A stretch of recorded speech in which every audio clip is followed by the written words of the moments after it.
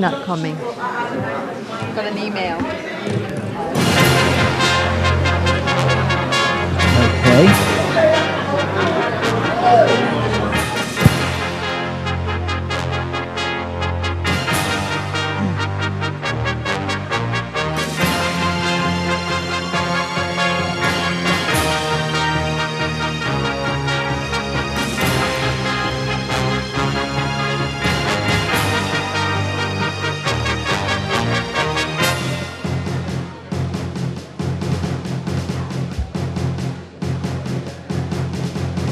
Hey, Dennis.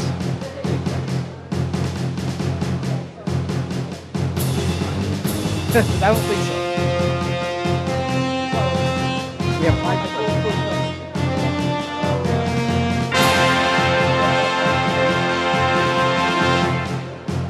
And how many do they have?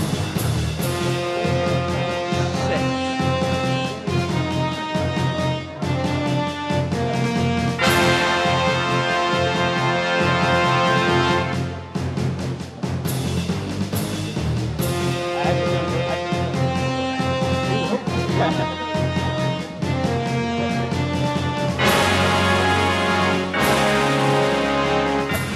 Thanks, Mom. Okay, if everyone could please have a seat, we're going to get started. I respect you a little bit, but you're a coward. We all. No, I'm only kidding. I'm only kidding. A couple of quick announcements. There's been a change in the candidate lineup. Mr. Cipollini will not be able to make it tonight for the debate, so it'll be Nick Bernier and Walter Monis. Is he sending Charlie? No. That's a joke. Couple of quick things. If anyone new that came in, if you could turn your cell phone off. We do have several children in the audience, so out of respect for them and example setting, I'm hoping that we can keep the applause to the end, keep our comments to the end, and show our young Democrats how we can act in a debate. Please. Thank you. I'm going to turn it over to Reverend Lawrence. And I welcome all the young children here to learn the process. It's refreshing. Good. Thank you, Andy. I just wanted to reflect on Sandra's comment about the applause. In the interest of time, you're taking away from the candidates' time by your exuberance, and there's be time for that at the end. But in all fairness to these two candidates, we want to give them the opportunity to really express their answers to the questions that we have here tonight. So thank you for saying that, Sandra. Good. Thank you. Okay, ladies and gentlemen, you know the candidates that are up here tonight before us, Mr. Walter Moniz and Nicholas Bernier. Am I right? And Walter on my left. And we had a flip of the coin as to who would go first, and Walter won the toss. So we're going to give him 3 minutes for an opening statement. Walter, the floor is yours. Just 3 minutes? Good evening. Let me begin by thanking the Fall River Democratic Committee for sponsoring this debate, as well as the Bristol Community College for being a great community partner and resource for our civic organizations. In addition, I would like to thank the audience members here and at home for taking time to listen to what each candidate has to say. I also want to thank Reverend Lawrence for moderating tonight's debate. My name is Walter D. Moniz, and I stand proud to be your candidate for Governor's Council in the September 6th election. I am no stranger to many in this room. In fact, most of you have seen me involved with neighborhood events, cleanups, raising funds for our veterans, or just having coffee with our seniors. I have helped raise voter awareness through voter registrations at local Stop and Shops and malls, touring neighborhoods, and hosting family fun days to bring families together. I have been involved in several local elections to help good candidates that will work. Most importantly, I am not just in a community during the election months. I have been a stakeholder in our communities for quite some time as a resident and as an owner of a small business. This election is about the community. It's about how we make our communities safer places for everyone.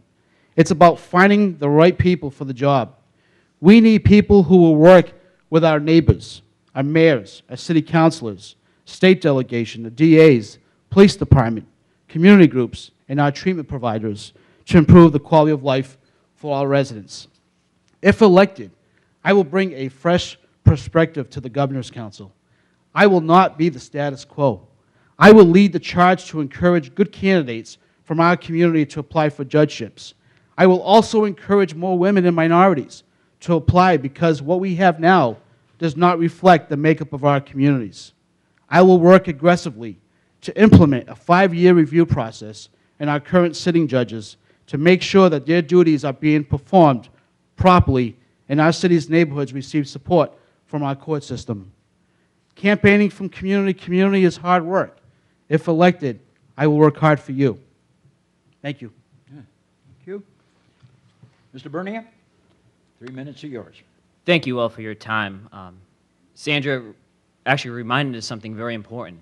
The process matters, and I think that's something we have to remember when we talk about the Governor's Council. Its primary function, first and foremost, is the confirmation of judges and magistrate. And judges matter. Judges impact our lives in many different ways, often when we're at our most vulnerable, during a divorce, a death in family, or heaven forbid, becoming a victim of a crime. That's when we all interact with judges and magistrates. And when we interact with them, we want to know that they're competent and qualified. So it's important to know how the process actually works. It's an application-driven process.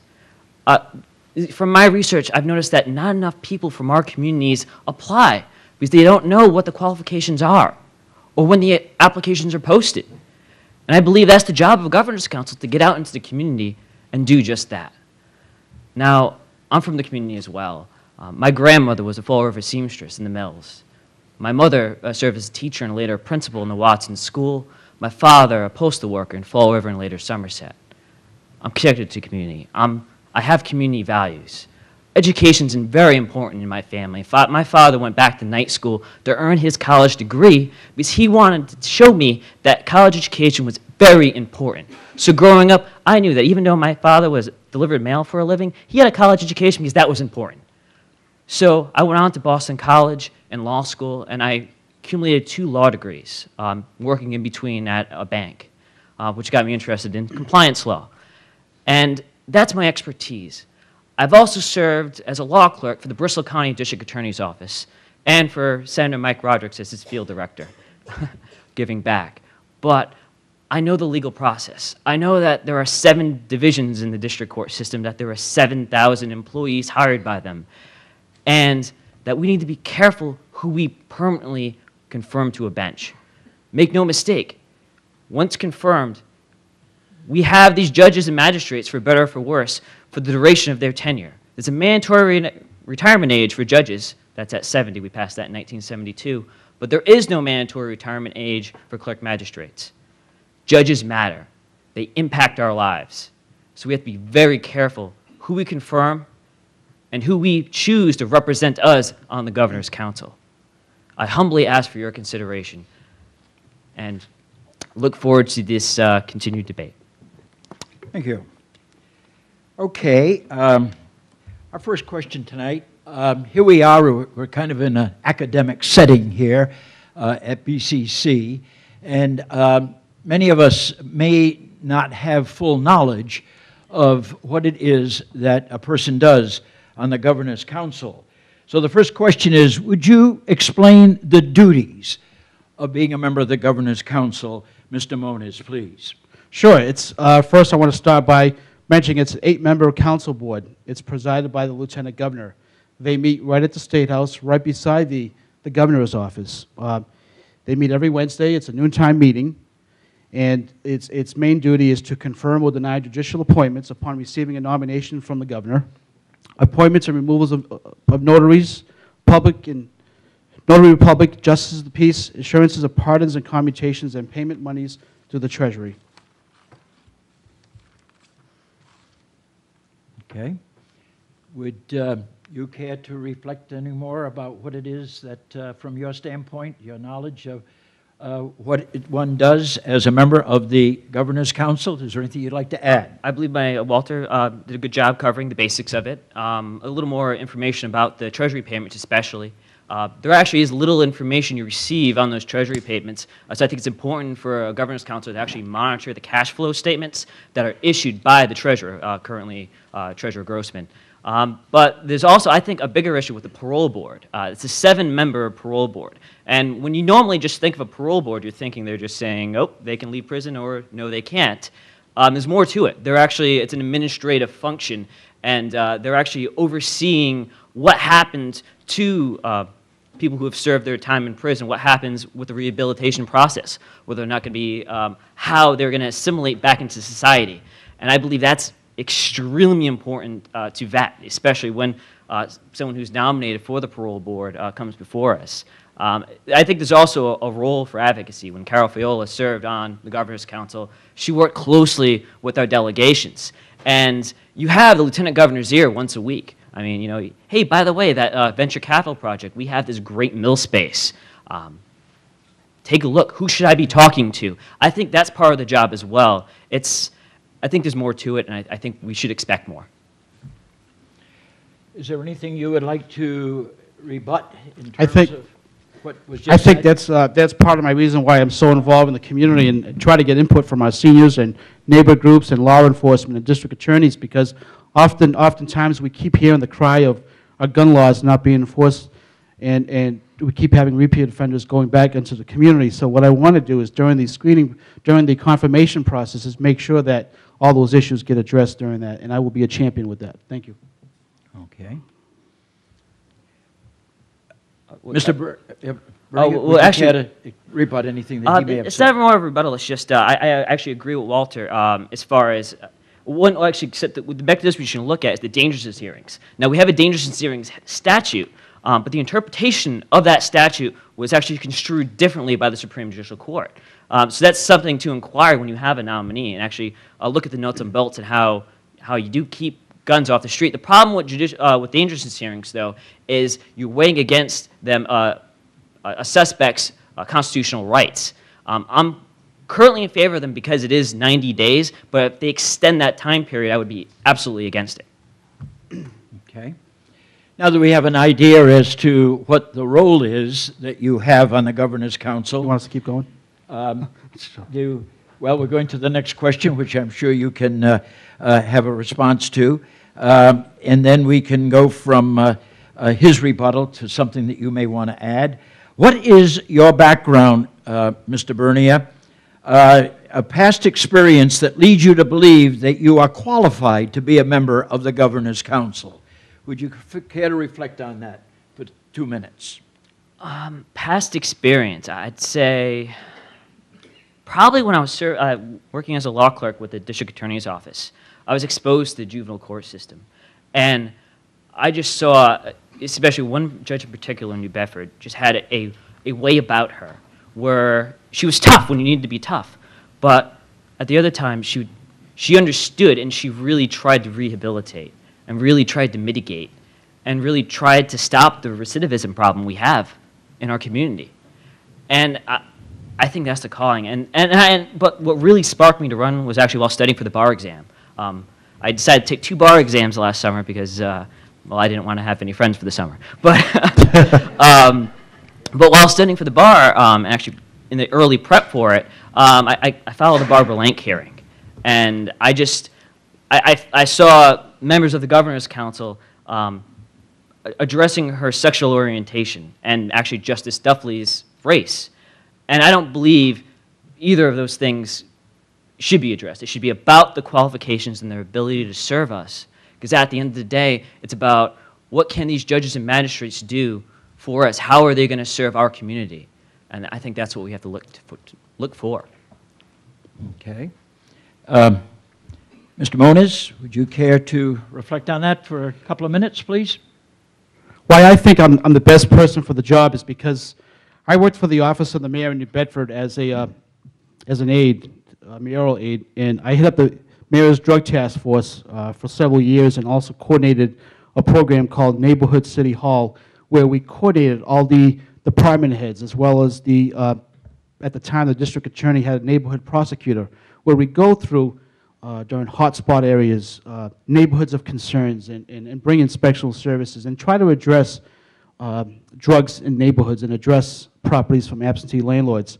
So, and what we wanted to do at the time, we had a big problem with drugs and guns, and our court system was failing us there and then and still are.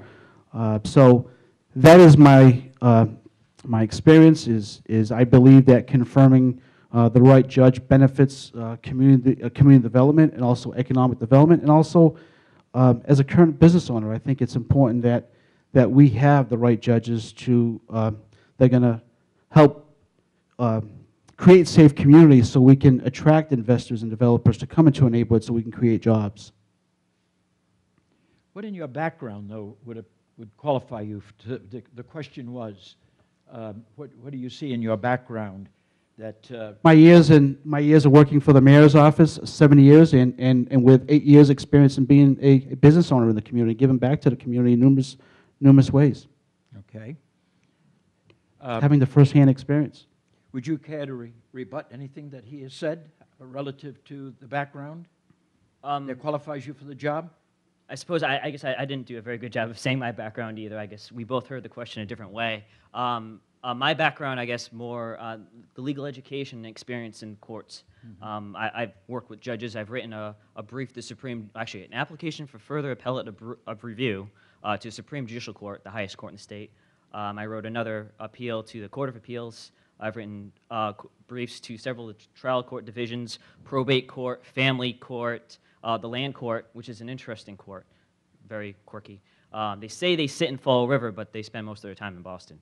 And basically, I just extensive experience. I do have 2 law degrees. I earned them both in 3 years. I worked at the U.S. Securities and Exchange Commission in Washington, D.C., and I work very hard with friends who are currently serving the legislature. And I believe I can make a difference from day one. And thank you. I just want to remind you all that the questions that we're asking are questions from the audience. And so we would kind of like to stay on the background so we can get to know you all a lot better in the roles that you're going to be assuming in the primary election next week, 2 weeks. Mr. Moniz, is there anything that you would like to add as a rebuttal to what Mr. Bernier has said? No, I think what makes me different than my 2 other Democratic opponents is that I've never worked in the court system. I'm a business owner. I worked for the office of the mayor, and I worked in the community, and I've heard the cries from our law enforcement in the 48 cities and towns of what we need to do. We do a better job moving forward in confirming judges that are going to benefit our communities, and that's again, that's the experience that I bring to the Office of Governor's Council. Good, thank you. Okay, we have another question that we would like to ask. As a member of the Governor's Council, what criteria would you use to base your recommendation of a governor's judicial nominee? Would anything other than a nominee's qualifications influence your recommendations? And the question is asked of you, Mr. Moniz.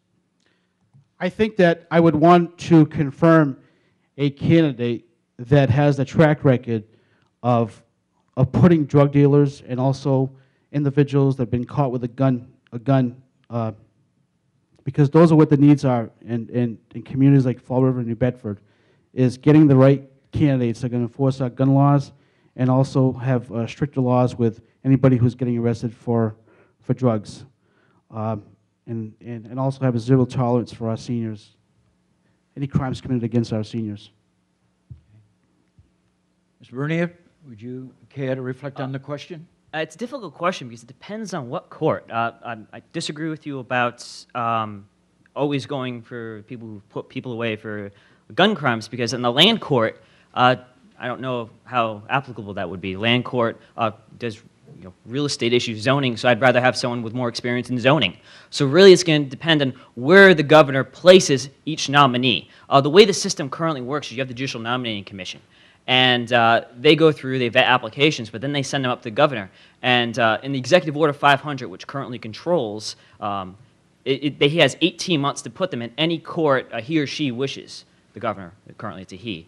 And But so here's the thing, is that once they go through the Judicial Nominating Commission, yes, they are qualified to be a judge, but a judge where? In which court? And I really think that's the role of the Governor's Council, to see, you know what? Yes, we do need someone tough on crime in New Bedford District Court. That makes complete sense. The land court, well, I want someone with some real estate experience. Juvenile court, well, I want someone who has maybe some experience as being a child advocate. As far as generally, though, I look for temperament and past conduct. I'm going to be on the phone calling the former opponents. If it's an attorney who's a nominee, I'm going to be calling their former opponents in court. The former litigants will be able to, I think, tell me best how that person handles themselves, especially when confronting an adversary, because that's incredibly important. Their temperament in court. They have to be respectful. No one's going to respect our court system if our court system doesn't respect us. Mr. Moniz, is there anything you would like to say in rebuttal to what Mr. Bernier has just said? No. No. No. Okay. Would you care to reflect any more on the nature of the question? You've got 2 minutes if you wish to continue. Yeah, I'll talk a little bit, I guess. I'm not a loss for words. Yeah, I mean, I want to elaborate on past conduct. I really think that's important, something that's often missing. What the Judicial Nominating Commission doesn't really look at, they don't look at political contributions at all. That's something I'm very interested in. I want to see how much money they've given to the current governor. Because I hope the days of buying judge and clerk magistrateships have gone by the wayside, but we can never, lose our vigilance. We have to make sure that these positions aren't being bought. Now, I have a lot of respect for the current governor, but if we have a new governor, and if they, especially, Mitt Romney, candidate Mitt Romney in the Republican primary even said that the only reason why there aren't more conservative judges in Massachusetts is because of a progressive governor's council. Thank God. So, and that's not, I'm not saying that he ever accepted a bribe, but I do say I think he has a different mindset than the rest of our state as far as who would make a good judge. So I think that's why we need a progressive governor's council. And that's why we need a governor's council that represents our area. And I'm very passionate, and I look forward to continuing. Okay, great.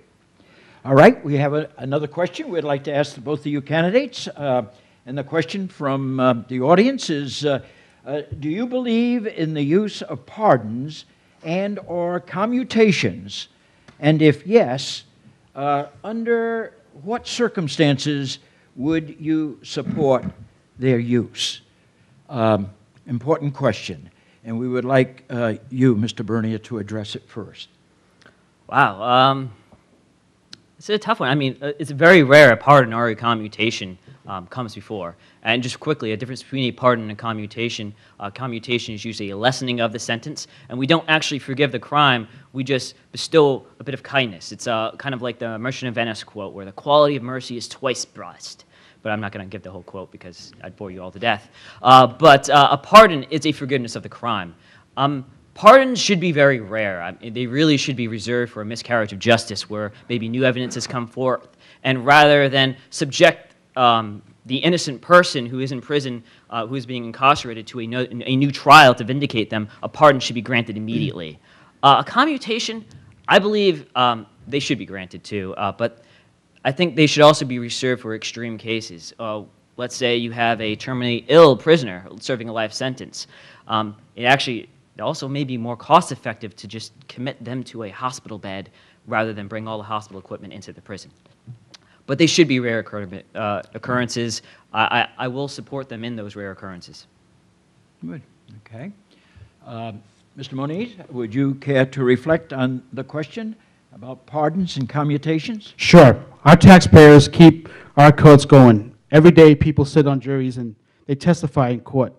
They are involved in the decisions and cases and sentencing process along with victims, family members, and members of the court to oversee the process. I would hesitate to go against the process, but there are rare occurrences that may warrant a change.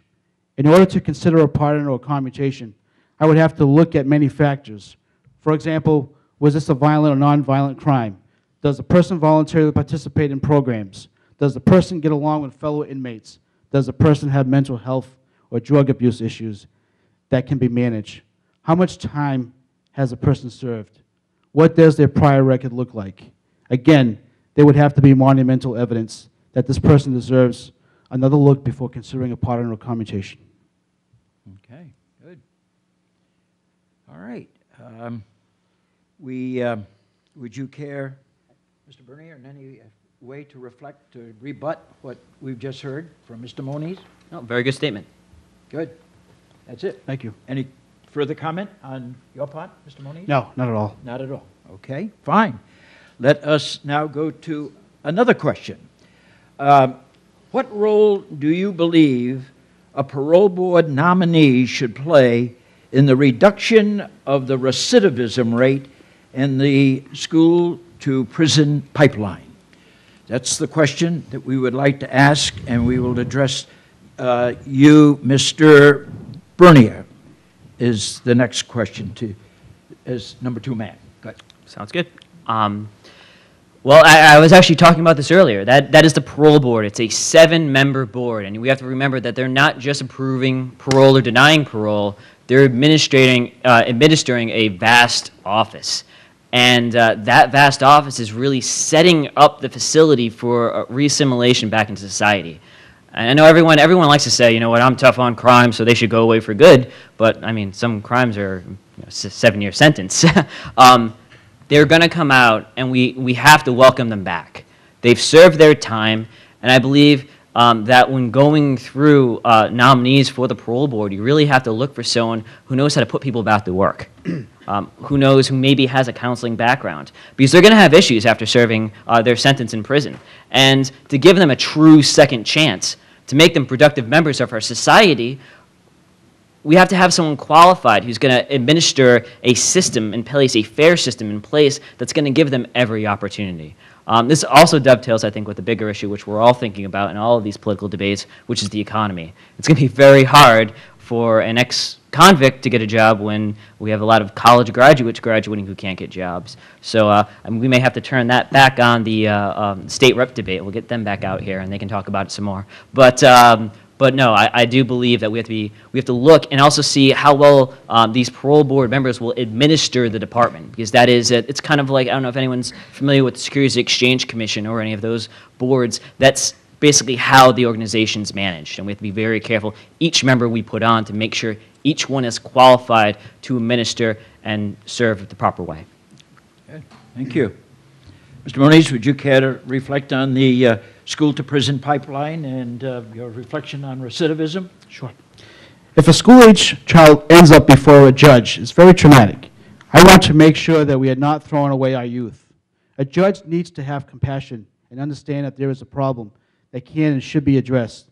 Sometimes kids act because of mental illness, hunger, physical abuse, or neglect. A nominee must be willing to look further into the youth's situation before passing judgment. Okay. You care to reflect on anything that, in addition to what's been said by Mr. Moniz? Okay. Well, as far as I think it's important to remember that this is the parole board isn't looking. I mean, they're not going to be going individual cases like that. A big function of them is actually administering the entire process. And I mean, serving in the district attorney's office, I was involved in the juvenile court system. And one big thing I'm very proud of is that we're getting a youth court in Fall River. It works very well in New Bedford. And I don't know if anyone's familiar with the youth court. It really gives kids a second chance. And I believe strongly in that. It's also a juvenile deferment program, which District Attorney Sam Sutter implemented. I was actually involved in 3 cases, and it was every case was it was a pleasure to work with, because the kids know they're getting a second chance. They're doing the community service, and I really think it stops recidivism. I'm hoping to follow up in a couple of years and see them as high school graduates on their way to UMass Dartmouth. I think that would be just amazing. And I think the key to the program is it is nonviolent crimes. These aren't kids who are have really gone too far. It's usually property vandalism. It's usually kids being kids, but because of the situation they are in with families, their charges are brought against them and not against other children. And I think it's really a fairness issue, and I think it's something that we have to continue to strive for. I think the youth court is going a long way, but we can always do more. And I'm going to look for members of the parole board that support this. Good, good, very good. Ms. Moniz, would you care to reflect on something he may have said that you would like to take exception to or add to? I'm all set. Thank you. Yes? Go ahead. Yep. All set. Oh, you're all set. Oh, okay. Excuse me. Missed you. Well, we have gotten through our questions that you people have proposed, and we have a better understanding. We have a few more minutes. Could we entertain questions from the floor? If there's anything that somebody might like to add before we get to the closing statements. They still got closing statements that they are, would like to offer, unless there's something the that committee- somebody would like to How does say. the committee feel on that? Where's Yeah. Jim? Okay. You leave it the way it is? the Okay. way it is. We'll go All to a 3-minute closing Okay, remarks. then we will have our 3-minute closing statement. And Mr. Moniz, number one, would you please give us the 3-minute closing statement? Sure. Election day is 22 days away. This year it falls on a Thursday, not a Tuesday. The choice will be up to you, the voter. I will work tirelessly on your behalf as part of the Governor's Council. I will use the position to get first-rate nominees into positions because the roles that they will play will affect the lives of individuals in their hands. Those decisions will not affect those individuals, but our communities as well. As your governor's counselor, I will confirm judges that will enforce our gun laws, not just here in the district, but throughout our Commonwealth. I want to confirm more community-minded judges that are willing to be a partner with our cities and towns so that we can have safe homes, workplaces, and places to play for our children. Communities and court systems can work hand in hand. We just need someone to take the lead on this, and with your help, I will be that person. I'm ready to roll up my sleeves and work for you. Please remember to vote on Thursday, September 6th, Walter D. Moniz as your next governor's counselor. Thank you again to the Fall River Democratic Committee, Reverend Lawrence, BCC, and the audience here at home. I also would like to add, I'm honored to have the endorsement by Congressman Barney Frank in this election. Thank you. You're welcome. Very good.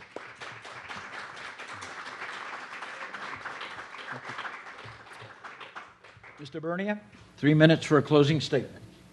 Thank you. Thank you, everyone, for coming.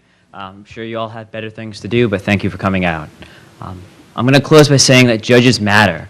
The process matters, and the Governor's Council certainly does matter. 3 weeks from tomorrow, September 6th, it's a Thursday, you will be casting the deciding vote in this election.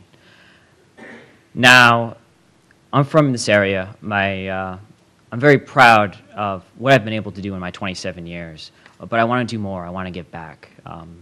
Growing up, my parents always taught me to give back. I've worked in food pantries. I was an Eagle Scout. My Eagle project was painting the old town hall in Somerset. Now, I want to confirm your judges and magistrates and advocate for you on the Governor's Council. I'm the only candidate in this race with a legal education. I'm very proud of that, and I think I have a lot to offer because of it. I believe especially when you're elevating a judge from one bench to another, you're going to have to look at legal opinions. You're going to have to be able to parse legal analysis. And more importantly, I think it's important to explain it to everyone I hope to serve. I want to be an open book. And I want to be open to you. So I'm going to steal a line from another candidate, and actually I'm stealing it from Senator Rodericks. I don't know if he remembers. My cell phone number is 508-965-5291. And over these last few weeks, I look forward to knocking doors and meeting as many of you as I possibly can. This election is about you. It's not about any of us up here. It's about how can we serve you and how can we get you the best quality judges and magistrates. Now, I've explained a little bit about the process. It's an application-driven process. So really, I need your help. I plan on writing letters to the editor. I plan on telling you all when a vacancy opens. But it's really up to all of you to look around and tell your qualified neighbors, tell your friends, you know what, you should apply. Because I really believe that the more people we have applying for these positions, the better judges and the better clerk magistrates we're going to end up with. That's my hope. And with that, my name is Nick Bernier. I'm a young attorney running for the Governor's Council. I really hope you will consider voting for me on Thursday, September 6th. Thank you, and have a good evening. Thank you. Very good. Thank you, gentlemen, for being here and sharing your views. And to the Fall River Democratic Committee, we thank you. And to all of you that took the time to be with us. And God bless and have a good evening. And continue the discussions among yourselves. The more you talk about it, the more you get a different view. And we're more enlightened as to the process that we all follow. Thank you. God bless.